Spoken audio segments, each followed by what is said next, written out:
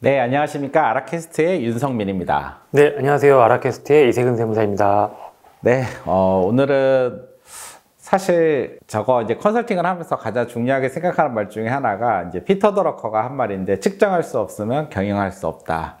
어떻게 보면 뭐 세무사님이 가장 네, 항상 숫자 개념에 이제 들어가 계시는데요. 사실 오늘 제가 숫자에 대해서 너무나 중요한데, 왜냐하면 데이터잖아요. 이 데이터 위에서 경영 결정을 하는 게 매우 중요한데, 원장님들이 그 데이터 활용하는 것들을 보면 참 취약해요. 예, 그러다 보면 올바른 결정을 못하고 미스테이크를 많이 하게 되잖아요. 그래서 오늘 저랑 이제 세무사님이랑 좀 그런 얘기를 나눌까 해요.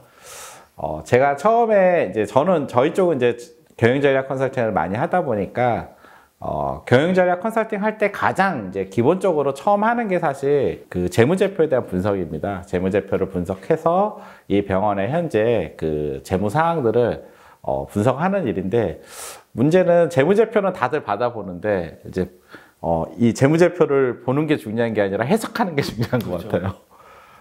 그리고 손익계산서도 우리가 받아보는데 뭐 그냥 뒤에 보고 그냥 딱 얼마 숫자 이 맨 끝에가 아니라 이걸 해석하는 능력이 매우 중요한데, 일단 우리가 그런 부분에 대해서도 같이 좀 얘기를 해볼까 해요.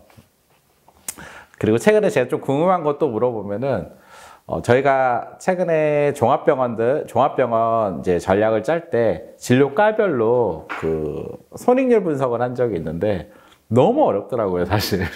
왜냐면 이게 참 민감한 사항이잖아요. 그래서 공간 대비, 공간도 얼마 쓰고 있는지 진료과별로, 그리고 또 비용은 실제 얼마나 하고 있는지, 또 이제 수익은 또 얼마나 내는지, 또 거기에 대해서 이제 운영 각 간호사나 뭐 의사 다 다르잖아요. 그거에 대해서 운영비가 다 다르다 보니까 이걸 어떻게 나눠서 이게 정말 이 진료가 별로 얼마 벌고 있는지를 딱 따지려고 하니까 사실 너무 힘든 일이더라고요. 뭐 이런 원가 분석을 하는데 좀 중요한 뭐 포인트 같은 게 있을까요?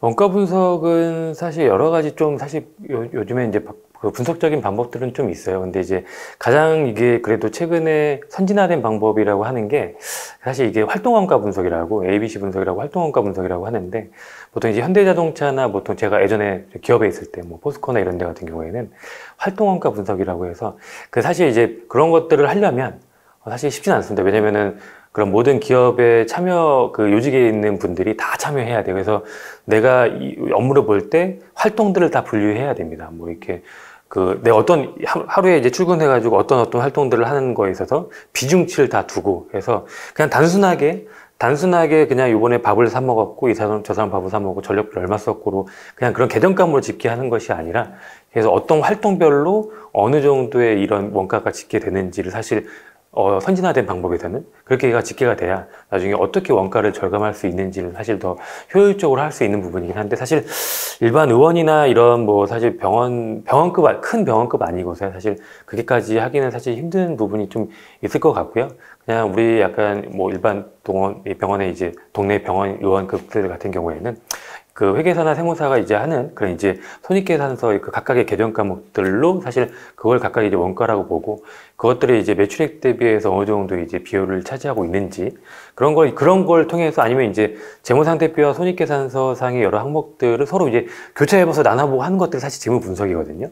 이런 것들을 통해서 다른 병원하고 어느 정도 차이가 나고 있는지를 사실 비교해 볼 수 있죠. 아니면 이제 세무사분들이 이제 그런 병원들의 거래처가 많다면 다른 동종의 이제 다른 데하고 비교했을 때 제가 어느 정도 약간 우리가 지금 약간 이익적인 체질적으로 안 좋은지, 예를 들어 이런 거예요. 똑같이 키가 180이고 몸무게가 80이라고 해도 어떤 분들은 사실 체지방량이 매우 적고 어떤 분들은 뭐 체지방량이 엄청 많고, 사실 그 똑같은 겁니다. 이제 병원들도 이제 매출액은 똑같이 뭐 2, 30억이지만 실질적으로 이익은 얼마를 가져가는지 이런 것들이 다 다를 수 있는데, 그런 것들의 사실 허점을 좀 찾아내기 위해서는 사실 원가 분석이 좀 중요해 보입니다. 네.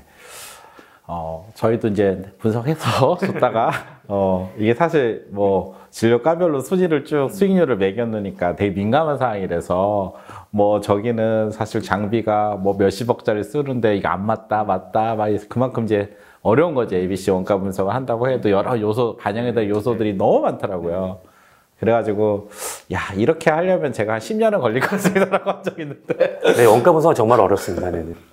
그렇게 해서 어쨌든 제가 또 이제 숫자를 좀 알아야 된다고 느끼는 게 원장님들이 데이터를 보시면은 지금 세무사님이 되게 중요한 말씀을 했는데 뭐냐면 비교 데이터가 없는 거예요. 이런 거죠. 한 종합병원도 저희가 분석을 해줘서 인건비가 뭐 이제 47% 정도 쓰고 있더라고요. 전체 비용에. 그럼 이제 47% 쓰는 게 인건비가 이제 잘 적정한 건지 모르잖아요. 이제 그러니까 사실 해줘도 비교 가치가 없으면은 이게 잘 하고 있는 건지 못하는 건지 자체를 모르잖아요. 그러니까 그냥 다들 리더들이 그냥 끝에만 보고 별로 신경 써서 안 보는 거 이유일 것 같기도 해요. 그런 부분들을 좀 잘 이렇게 읽을 수 있게 해주는 게 사실 되게 중요한 부분인 것 같아요. 사실 두 가지로 분석하셔야 돼요. 다른 이제 동종의 평균과 비교해 볼 필요도 있고 아니면은 우리의 병원 자신, 그러니까 과거와 현재 이렇게 사실 두 가지로 비교 분석을 들어가 봐야 이제 사실 어떻게 이제 내가 나가야 하는지 약간 메시지를 얻을 수가 있습니다. 제가 볼 때 그런 부분 때문에 오히려 이제 여러 원장님들이 세무를 하더라도 좀 이쪽 업종에 좀 많이 하고 있고 평균 데이터를 좀 제시해 줄 수 있는데 세무사랑 하면서 그런 부분을 한 번씩 상의할 수 있다면은 그것만 해도 되게 중요한 데이터를 얻을 수 있을 것 같아요. 그러니까 저희도 그때 인건비 베이스를 그렇게 물어봐서 동종업계 한 300병상 정도 되는 병원에 평균치를 뽑으려니까 데이터 구하기 힘들잖아요.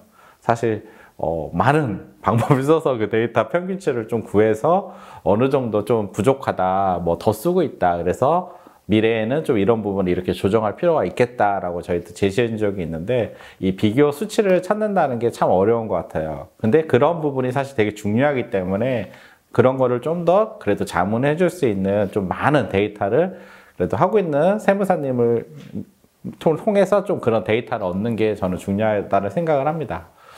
그리고 또 원장님들이 재무제표랑 손익계산서에 대한 뭐 차이도 잘 모르시고 이런 거 있어요. 가끔 이제 매출은 막 나오는데 예, 매출은 막 올라가는데 이제 우리가 객단가라고 편하게 얘기도 하는데 뭐 치과 같은 경우도 체어단가라고 얘기를 하는데 이게 다 병원마다 다르잖아요. 어떤 데는 사실 그 매출은 나오는데 수익이 없는 경우가 있어요. 비용이 가다 해서. 그래서 보통 이제 이런 걸 수익률 같은 경우도 분석할 때 어떤 방식으로 좀 그런 것들을 하면 좋을까요? 수익성 분석은 사실 원장님 약간 이제 회계적으로 나오는 손익 분석 상의 사실 이익하고 이익을 원장님이 실제적으로 원장님도 보통 이렇게 생각하시는 거예요. 간편하게 통장을 보시는 거죠.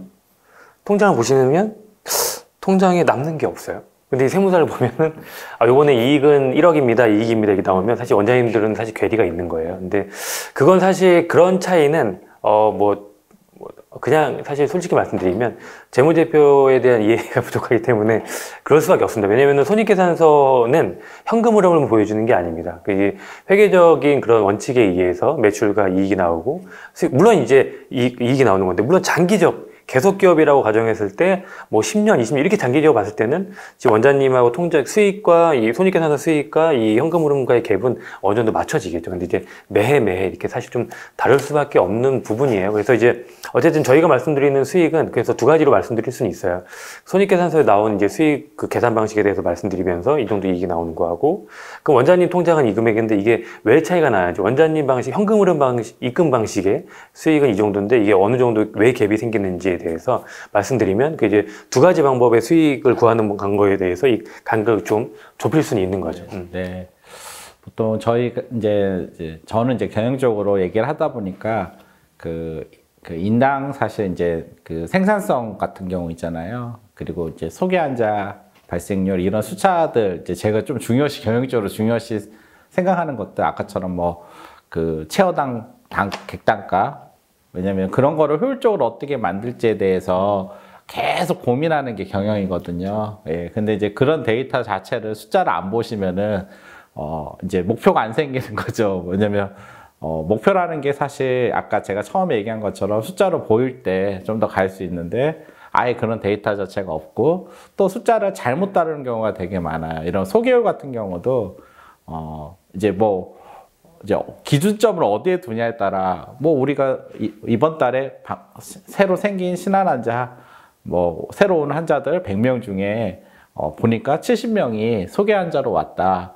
그러면은 그래서 물어보면 소개율이 우리는 70%입니다. 이렇게 얘기해요.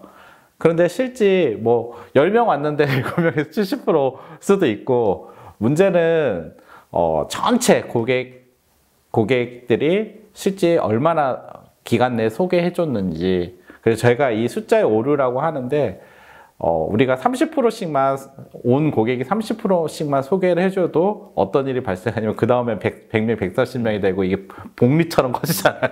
3년 되면 2배가 되고, 4년 되면 3배가 되고, 막 이렇게 커지는데, 거기에 다 오류를 범하고 있더라고요. 실제 막 대부분 병원 가면 우리는 70%입니다. 막 이래요. 70%면 난리가 나겠죠. 그러니까 제가 보통, 그러면 온 고객이 뭐 6개월 안에 소개해주는 퍼센트를 본다든지, 이렇게 데이터 하면 정말 우리가 몇 %나 소개를 해줬는지를 이 데이터로 봐야 되는데, 그냥 방문한 사람 중에 그냥 몇 명이 소개로 왔습니다. 10명 중에? 그럼 뭐 10명, 순한 10명, 7명, 우리 소개율이 70% 이렇게 생각하고 있더라고요. 그래서 이런 갭들이 결국 경영에 실제 가는 이제 데이터에 오류가 생기는 경우가 저는 너무 많이 봐서, 대부분 병원들 가면 다 소개로 다 50%가 넘어요. 그러면 대박이 나야 되는데 대박 나는 병원은 없어요. 그래서 제가 이런 것들이 이제 정말 잘 이제 데이터를 보지 못하는 부분인 것 같아요. 그래서 이런 우리 손익계산서 하나도 그런 것 같아요. 네. 거기 안에 어떤 숫자들에 대한 데이터를 읽는 방법들에 대해서 좀 제대로 하나하나 알아야 되는데, 그런 부분들이 사실 배운 적이 없잖아요. 이제. 그러다 보니까 미스테이크를 많이 하는 것들이 있는 것 같아요.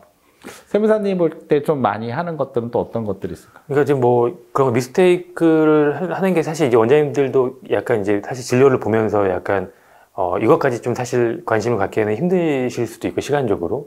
보통 세무사분들도 사실 그렇게 열정적으로 모든 항목에 대해서 시간이 되게 오래 걸릴 수가 있거든요. 사실 뭐 이런 세무사 이 공부 기간도 사실 뭐 적게는 뭐 2년, 많게는 뭐 3, 4년 걸리는 건데, 사실 세무사분 몇 분 만나가지고 몇 번 만나서 강의를 듣는다고 사실 손익계산서나 이런 것들의 원리에 대해서 다 알 수 있는 건 아닌 것 같습니다. 그래서 더더욱더 이제 뭐 관리하는 세무사분들도 뭐 그냥 대략적인 것만, 중요한 것만 알려주는 거죠. 뭐 매출액 얼마, 소득률 얼마, 그래서 세금 얼마입니다. 그래서 이제 그래요, 그러면 이제 난 소득률만 집중적으로 보고 이렇게 하는데, 이제 그거 외에도 이제 원장님들이 사실 세무사분이 원장님의 병원에 사실 모든 거를 케어해 줄 수는 없어요. 해줄 수는 없고, 원장님이 관심을 가져야 세무사도 이제 그거에 대해서 따라가서 이렇게 챙겨주는 부분이 뭐 있을 수밖에 없는 거죠. 이제 왜냐면 그 세무사가 이제 원장님 병원만의 완전 고용된 세무사는 아니기 때문에, 그래서 이제 어느 정도 그런 걸 어느 정도 이제 좀 어느 정도 해소를 하려면 원장님도 이제 약간 다시 관심을 가지고. 그렇죠. 컨설팅 맡기면 또 비용이 비싸죠. 공부는 꾸준히 해야 되는 것 같습니다. 그런 것 같아요. 이제 제가 오늘 말씀드리고 싶은 거는, 사실 저도 이제 숫자에 익숙한 그 성향은 아니에요. 근데 저는 이제 컨설턴트로 살다 보니까 전략 짤 때 저희가 가장 기본으로 하는 게 이제 재무제표 분석부터 시작을 하니까, 이제 그 데이터 갖고서 어떻게 갈지에 대해서 제시를 해야지 명확하잖아요. 숫자 갖고. 근데 저희가 숫자가 없는데 그냥 이렇게 가야 됩니다. 이거는 좀 또 웃기잖아요. 그러니까 모든 거를 다 숫자로 찾다 보니까 이렇게 가야 됩니다. 이렇게 어쨌든 이유를 명확하게 제시해 주는 게 제 컨설팅의 로직이니까, 그러다 보니까 숫자 분석을 저희는 이제 하다 보니까 저도 조금 익숙해진 건데, 원래 저도 숫자를 좋아하는 사람은 아니에요. 저도 좋아하지 않습니다. 그래서 원장님들이 이해는 가요. 왜냐면 상당히 어려울 거예요. 이제 숫자라는 게 익숙하지 않고 진료를 주로 하잖아요. 그래서 이제 원장님들이 대신 이제 경영을 한다는 게, 또 아까 얘기한 것처럼 경영은 측정할 수 없다면 경영하지 않는 거라고 얘기를 했는데, 저는 측정할 수 있는 게 매우 중요한 것 같아요. 그래서 이 간단한 숫자라부터 뭐 일단 재무제표나 손익계산서부터 제대로 이제 보고, 그리고 월별, 우리가 보통 일별 뭐 매출 이렇게 따지잖아요. 그럴 때 정말 중요한 숫자를 우리가 뭘로 둘 거냐. 제가 아는 원장님은 뭐 소개율만, 나는 무조건 소개율은 반드시 체크하겠다라는 분도 있고요. 뭐 어떤 분들은 전체 어떤 뭐 수익률을 정확히 내가 분석해서 가겠다는 것인데, 어때 보면 또 원장님들이 뭐 기업 같은 경우는 이제 인센 구조라든지 전체 이런 구조, HR 구조와 또 연결돼서 이런 걸 또 명확하게 해서 퍼센트를 나누고 이런 구조를 짜는데, 사실 의원은 그런 것들을 또 뭐 이해하지 않다 보니 더 이렇게 체계적이지 못하는 부분도 있는 것 같습니다. 네, 어쨌든 그 숫자에 대해서 저는 반드시 알아야 된다는 생각을 해서 이번에 저희가 세무사님이랑 같이 좀 손익계산서나 재무제표를 좀 만들어 보고 같이 좀 읽어보고 쉽게 배울 수 있는 거죠. 네, 쉽게 좀 배울 수 있는 좀 과정을 저희가 좀 열어보니까요. 원장님들이 오셔서 편안하게 숫자에 익숙해지는 좀 시간이 됐으면 좋겠습니다. 어차피 경영을 한다는 거는 숫자를 모르고는 할 수 없는 것 같고요. 또 전략을 짠다는 것도 숫자가 없으면 짜기는 어려운 것 같습니다. 그래서 제가 모든 것들을 우리가 KPI랑 측정 지표를 만들어서 측정하는 게 경영이잖아요. 그래서 보통 10%에서 한 10% 정도만 측정할 수 없게 이제 어쩔 수 없는 경우하고 90%는 제가 측정할 수 꼭 있어야 된다라고 하는 얘기를 항상 하는데요. 모든 것들을 그렇게 측정할 수 있는 게 경영이고 그 경영 중에서 저는 이 재무라는 게 가장 큰 하나의 그 툴 중에 하나인데 이번 기회에 좀 그런 재무를 잘 배웠으면 좋겠습니다. 우리 세무사님 마지막으로 좀 해주고 싶은 말씀 있으면 해주시죠. 일단 정말 쉽게 하려고 많이 고민하고 있으니까요. 너무 부담 갖지 마시고, 물론 숫자는 이제 저도 보다 보면 약간 졸리는 경향이 있는데 쉽게 강의를 진행을 할 거니까 많은 관심 부탁드립니다. 네, 감사합니다.